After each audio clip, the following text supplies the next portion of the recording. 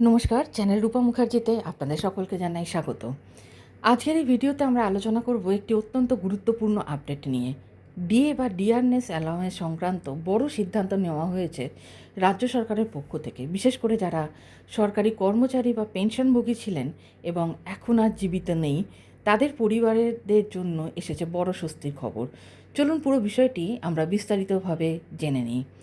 সম্প্রতি রাজ্য সরকার একটি নতুন গাইডলাইন জারি করেছে, যেখানে বলা হয়েছে মৃত সরকারি কর্মচারী এবং পেনশনভোগীদের বকেয়া ডিএ ডিআর এখন তাদের বৈধ উত্তরাধিকারীরা পেতে পারবেন।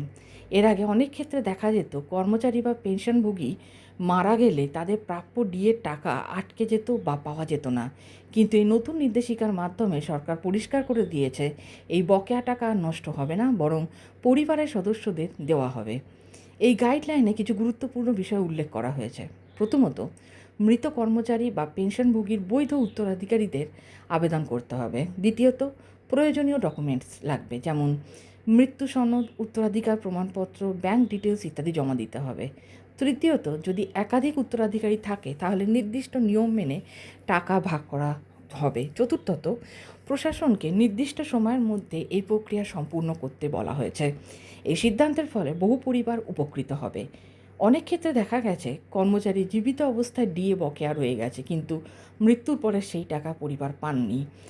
এখন এই নিয়ম চালু হওয়ায় সেই আর্থিক ক্ষতি অনেকটাই পূরণ হবে। বিশেষ করে নিম্ন ও মধ্যবিত্ত পরিবারের জন্য এটি একটি বড় স্বস্তির খবর। ডিএ বা ডিয়ারনেস অ্যালাওয়েন্স হলো এমন একটি ভাতা যা মূল্যবৃদ্ধির সাথে সামঞ্জস্য রেখে দেওয়া হয়। দীর্ঘদিন ধরে ডিএ বকেয়া নিয়ে বিভিন্ন রাজ্যে বিতর্ক ও আন্দোলন হয়েছে। এই নতুন নির্দেশিকা সেই প্রেক্ষাপটে একটি গুরুত্বপূর্ণ পদক্ষেপ হিসাবে দেখা হচ্ছে। যদি আপনার পরিবারের কেউ সরকারি কর্মচারী বা পেনশনভোগী ছিলেন এবং এখন প্রয়াত, তাহলে আপনি অবশ্যই এই সুযোগটি গ্রহণ করুন। আপনাকে যা করতে হবে তা হলো সংশ্লিষ্ট দপ্তরে যোগাযোগ করুন, প্রয়োজনীয় নথি সংগ্রহ করুন, নির্দিষ্ট ফর্ম পূরণ করে আবেদন করুন। এতে করে আপনি প্রাপ্য বকেয়া অর্থ পেতে পারেন। সব মিলিয়ে বলা যায় এই সিদ্ধান্তটি সাধারণ মানুষের জন্য অত্যন্ত ইতিবাচক। মৃত কর্মচারী ও পেনশনভোগীদের পরিবারদের আর্থিক সুরক্ষা দিতে এটি একটি বড় পদক্ষেপ। এই ধরনের গুরুত্বপূর্ণ আপডেট পেতে আমাদের চ্যানেলটি সাবস্ক্রাইব করুন। ভিডিওটি ভালো লাগলে শেয়ার করুন, যাতে অন্যরাও এই তথ্য জানতে পারেন। দেখা হচ্ছে পরের ভিডিওতে। ভালো থাকবেন। ধন্যবাদ। নমস্কার।